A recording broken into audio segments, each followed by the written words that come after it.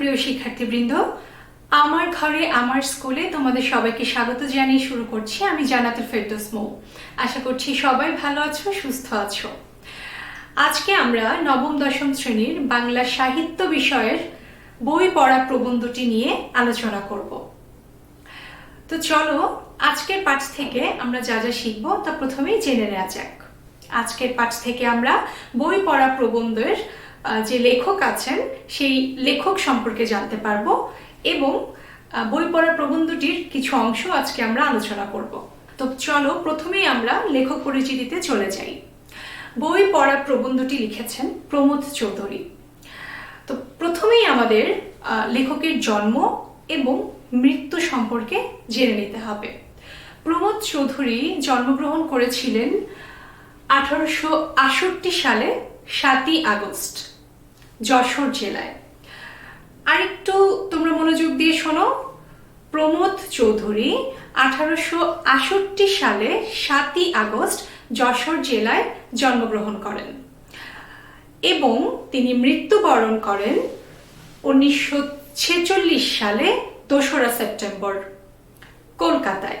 তিনি কিন্তু কলকাতায় মৃত্যুবরণ করেন। প্রমথ চৌধুরীর পৈতৃক নিবাস অর্থাৎ বাবার বাড়ি ছিল পাবনা জেলায়।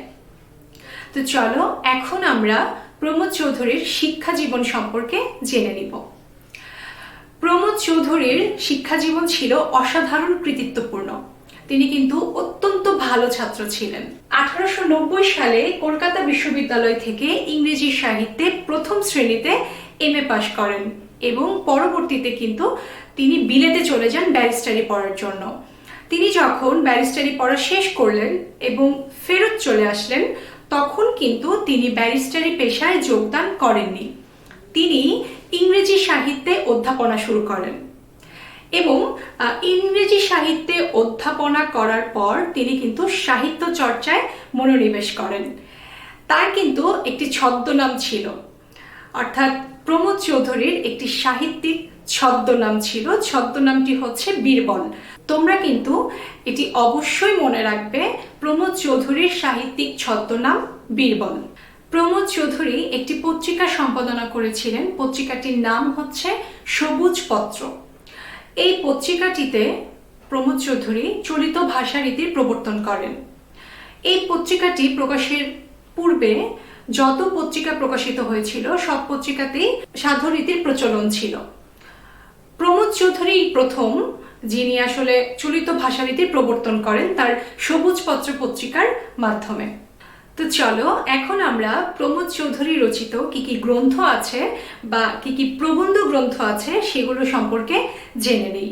তার গ্রন্থগুলো হচ্ছে বীরবলের হালখাতা, রায়তের কথা, 4 ইয়ারি কথা, আহতি এবং তার কিছু প্রবন্ধ সংগ্রহ আছে, সেগুলো আমরা এখন জেনে নিব। নীল লোহিত, সনেট, পঞ্চাশত, পদচারণ ইত্যাদি। তো এতক্ষণ আমরা লেখক পরিচিতি সম্পর্কে জানলাম।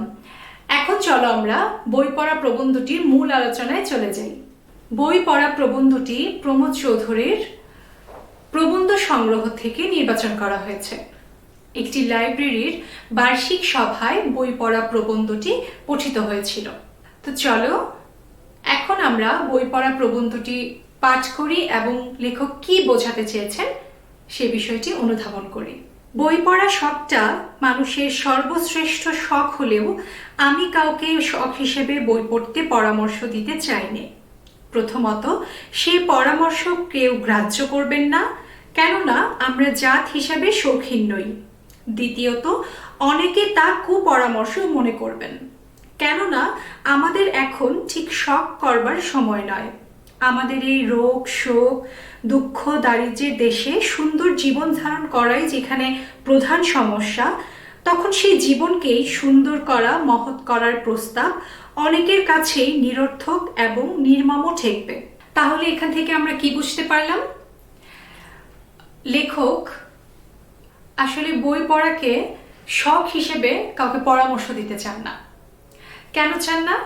কারণ আমাদের দেশে আসলে রোগ, শোক, দুঃখ, দারিদ্র্য এগুলো লেগেই থাকে, যার কারণে আমাদের এখন ঠিক শখ করবার সময়টা নেই।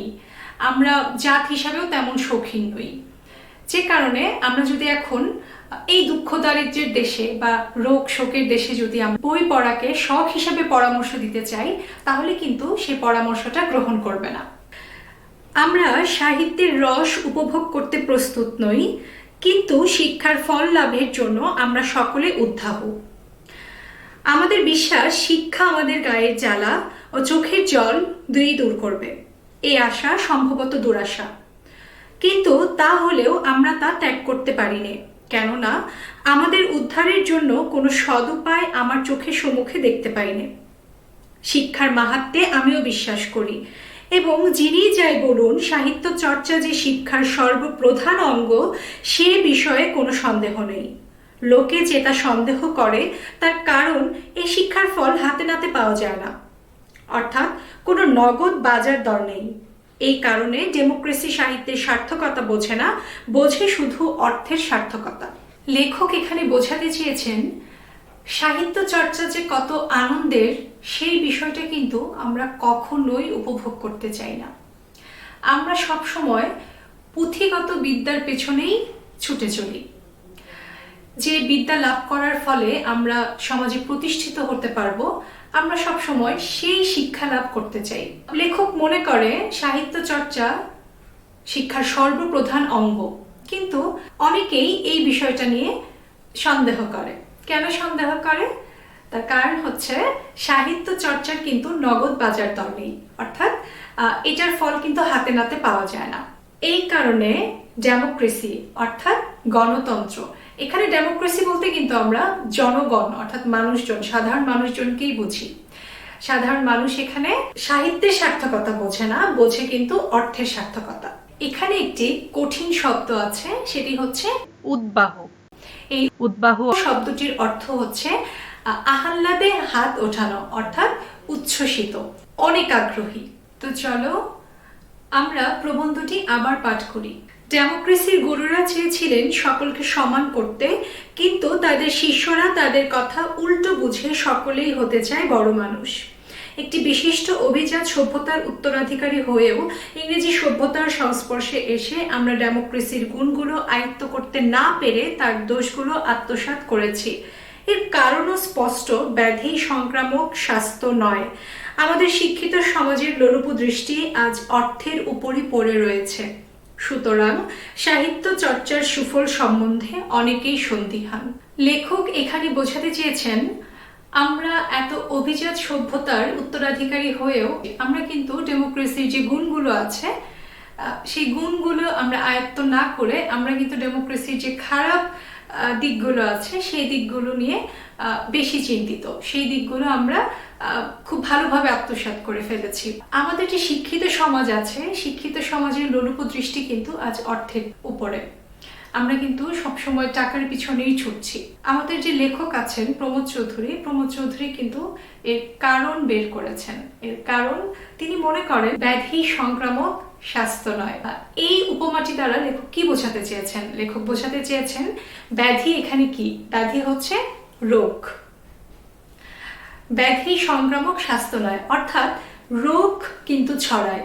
কিছু কিছু রোগ আছে যেগুলো ছড়াচ্ছে, অর্থাৎ এই যে এখন তোমরা জানো করোনা ভাইরাস, এই করোনা ভাইরাস কিন্তু একজনের দেহ থেকে আরেকজনের দেহে ছড়িয়ে যায়। কিন্তু তুমি একটু চিন্তা করে দেখো তো, স্বাস্থ্য, আমাদের শরীরের যে স্বাস্থ্য, সেই স্বাস্থ্য কি একজন থেকে আরেকজনের কাছে কখনো যেতে পারে? কখনোই কিন্তু যেতে পারে না। অর্থাৎ ব্যাধি সংক্রামক, অর্থাৎ রোগ ছড়ায় কিন্তু স্বাস্থ্য কিন্তু ছড়ায় না। পরবর্তী অংশে দেখো লেখক কি বলেছেন। যারা হাজারখানা ল রিপোর্ট কেনেন তারা একখানা কাব্য গ্রন্থ কিনতে প্রস্তুত নন, কেননা তাতে ব্যবসার কোনো সুসার নেই। নজির না আওড়ে কবিতা আবৃত্তি করলে মামলা যে হাঁটতে হবে সে তো জানা কথা, কিন্তু যে কথা জজে শোনে না তার যে কোনো মূল্য নেই। এইটাই হচ্ছে পেশাদারদের মহাভ্রান্তি। জ্ঞানের ভাণ্ডার যে ধনের ভাণ্ডার নয়, এই সত্য তো প্রত্যক্ষ, কিন্তু সমান প্রত্যক্ষ না হলেও সমান সত্য যে এ যুগে যে জাতি জ্ঞানের ভাণ্ডার শূন্য সে জাতি ধনের ভারেও ভবানী। তারপর যে জাতি মনে বড় নয় সে জাতি জ্ঞানেও বড় নয়।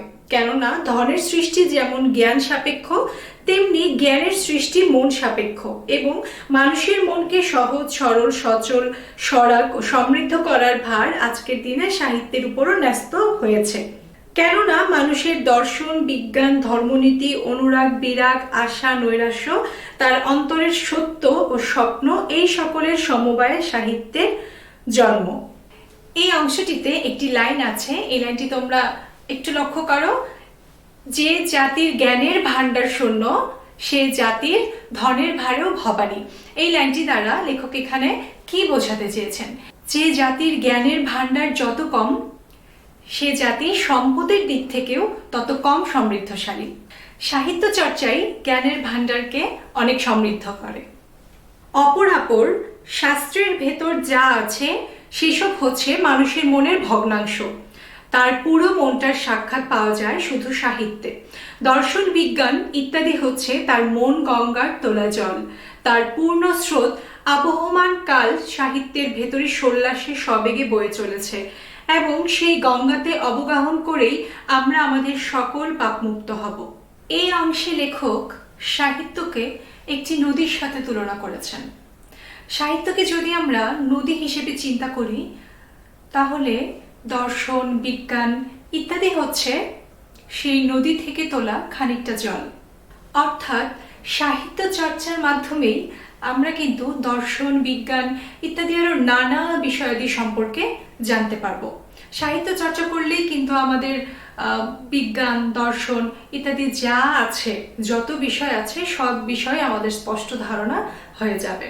অতএব দাঁড়ালো এই যে আমাদের বই পড়তে হবে, কেননা বই পড়া ছাড়া সাহিত্য চর্চার উপায়ান্তর নেই। ধর্মের চর্চা চাই কি মন্দিরের বাইরেও করা চলে, দর্শনের চর্চা গুহায়, নীতির চর্চা ঘরে, এবং বিজ্ঞানের চর্চা জাদুঘরে। কিন্তু সাহিত্যের চর্চার জন্য চাই লাইব্রেরি।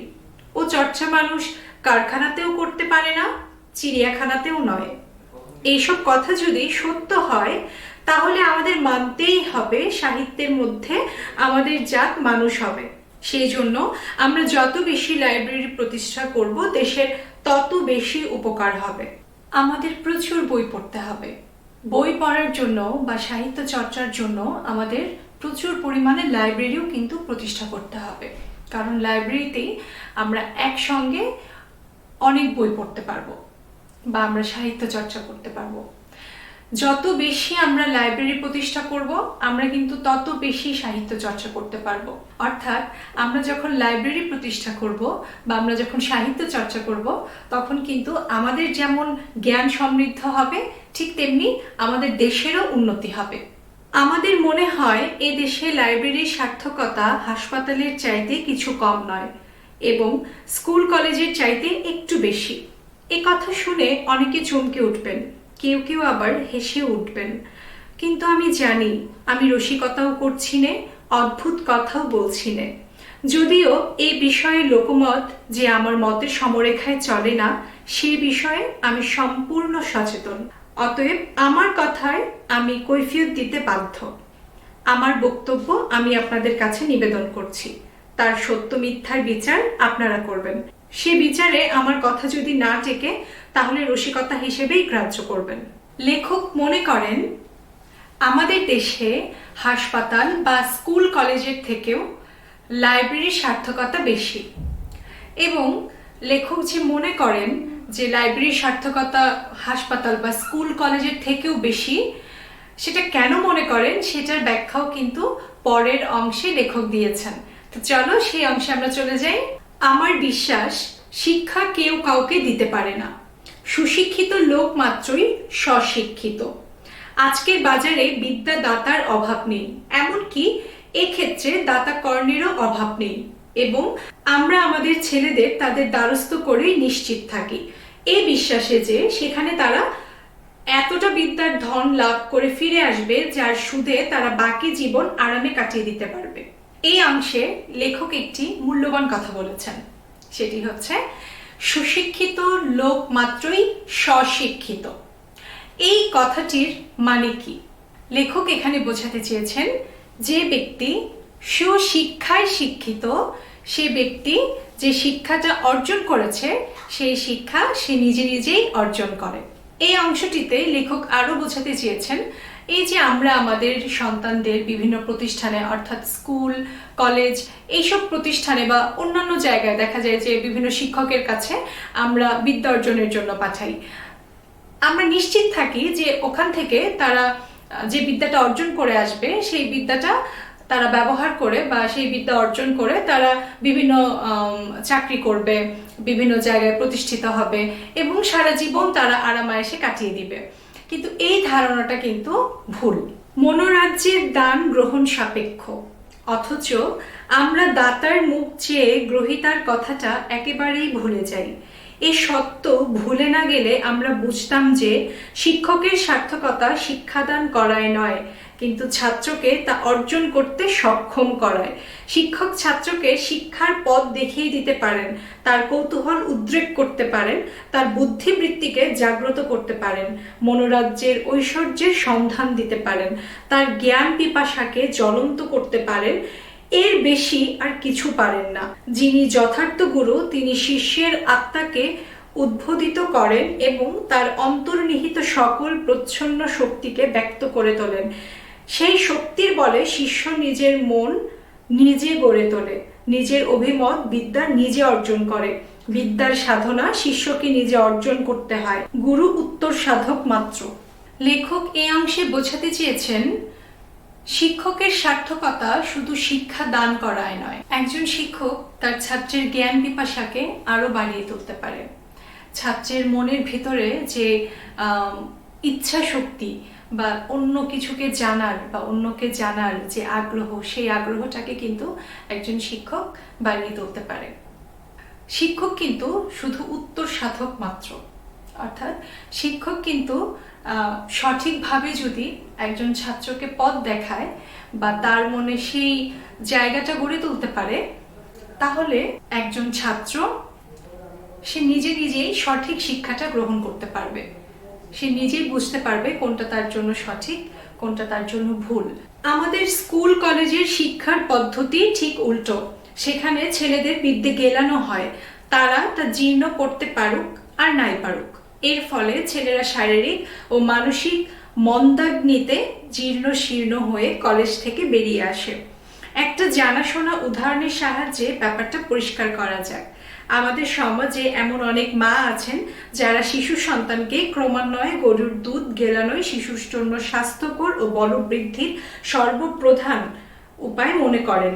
দুগ্ধ অবশ্য অতিশয় উপাদেয় পদার্থ, কিন্তু তার উপকারিতা যে ভোক্তার জীর্ণ করবার শক্তির উপর নির্ভর করে এ জ্ঞান ও শ্রেণীর মাতৃকুলের নেই। তাদের বিশ্বাস ও বস্তু পেটে গেলেই উপকার হবে। কাজেই শিশু যদি তা গিলতে আপত্তি করে তাহলে সে যে বেয়ারা ছেলে সে বিষয়ে আর বিন্দু মাত্র সন্দেহ থাকে না। অতএব তখন তাকে ধরে বেঁধে জোর জবরদস্তি করে দুধ খাওয়ানোর ব্যবস্থা করা হয়। শেষটায় সে যখন এই দুগ্ধপান ক্রিয়া অব্যাহতি লাভ করার জন্য মাথা নাড়তে, হাত পা ছুটতে শুরু করে, তখন স্নেহময়ী মাতা বলেন, আমার মাথা খাও, মরা মুখ দেখো, এই ঢোক, এক ঢোক, আর এক ঢোক ইত্যাদি। মাতার উদ্দেশ্য যে খুব সাধু সে বিষয়ে কোনো সন্দেহ নেই, কিন্তু এই বিষয়েও কোনো সন্দেহ নেই যে উক্ত বলা কওয়ার ফলে মা শুধু ছেলের যকৃতের মাথা খান এবং ঢোকের পর ঢোক তার মরামুখ দেখার সম্ভাবনা বাড়িয়ে চলেন। আমাদের স্কুল কলেজের শিক্ষা পদ্ধতিটাও ওই একই ধরনের। এর ফলে কত ছেলে সুস্থ সরল মন যে ইনফান্টাইল লিভারে গতাশু হচ্ছে তা বলা কঠিন। কেননা দেহের মৃত্যুর রেজিস্ট্রারি রাখা হয়, আত্মার হয় না। এই অংশটিতে লেখক আমাদের স্কুল কলেজের শিক্ষা ব্যবস্থা বর্ণনা করেছেন। আমাদের স্কুল কলেজে ছাত্রদের আসলে বিদ্যে গেলানো হয়। এখন একজন ছাত্র সেটা ঠিকভাবে গ্রহণ করতে পারুক আর না পারুক, সে সেটা বুঝে পড়ুক আর না বুঝে পড়ুক। আমাদের শিক্ষা ব্যবস্থাটা এমন হয়ে গিয়েছে যে না বুঝেই অনেক শিক্ষার্থী সেটা মুখস্থ করে ফেলে। ওই বিষয়টা কি বা ওই বিষয়টাকে আসলে সে সঠিকভাবে উপলব্ধি করে না, যে বিষয়টা নিয়ে সে পড়ছে সেটা সে কখনোই উপলব্ধি করে না, কখনো বুঝতে চেষ্টা করে না। সে কি করে, সেটা একদম মুখস্থ করে ফেলে। এই হচ্ছে আমাদের এখনকার শিক্ষা ব্যবস্থা। এর ফলে দেখা যায় কোনো শিক্ষার্থীর আসলে সঠিক জ্ঞান ধারণ হচ্ছে না। দেখা যায় যে সে একটা বিষয় পুরোপুরি মুখস্থ করার ফলে বা না বুঝে পড়ার ফলে তার যে জ্ঞান ওখান থেকে আহরণ করার দরকার ছিল বা যে জ্ঞানটা সে আহরণ করবে সেই সঠিক জ্ঞানটা কিন্তু সে সেখান থেকে আহরণ করছে না, সেই জ্ঞানটা সে ওখান থেকে নিতে পারছে না। তার কারণ হচ্ছে সেই বিষয়টা পুরোপুরি মুখস্থ করছে বা না বুঝে পড়ছে। তো শিক্ষার্থীরা, আজকের পাঠ শেষে আমরা কি কি জানলাম? আজকের পাঠ শেষে আমরা আসলে প্রমোদ চৌধুরী সম্পর্কে জানতে পারলাম, অর্থাৎ বই পড়া প্রবন্ধের যে লেখক পরিচিতি, সেই লেখক পরিচিতি নিয়ে আলোচনা করলাম এবং বই পড়া প্রবন্ধের কিছু অংশ আজকে আমরা আলোচনা করেছি। এখন আমি তোমাদের একটি বাড়ি কাজ দিচ্ছি, তোমরা ঝটপট সেটি খাতায় লিখে ফেলো।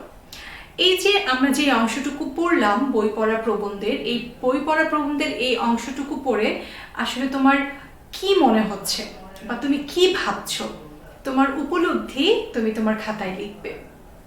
লিখে যখন তোমার স্কুল খুলবে, স্কুল খোলার পর তুমি তোমার শ্রেণী শিক্ষকের কাছে এটি জমা দিবে। তো শিক্ষার্থীরা, সুস্থ থেকো, ভালো থেকো, ঘরে অবস্থান করো এবং সরকারি বিধিনিষেধ মেনে চলো। ধন্যবাদ।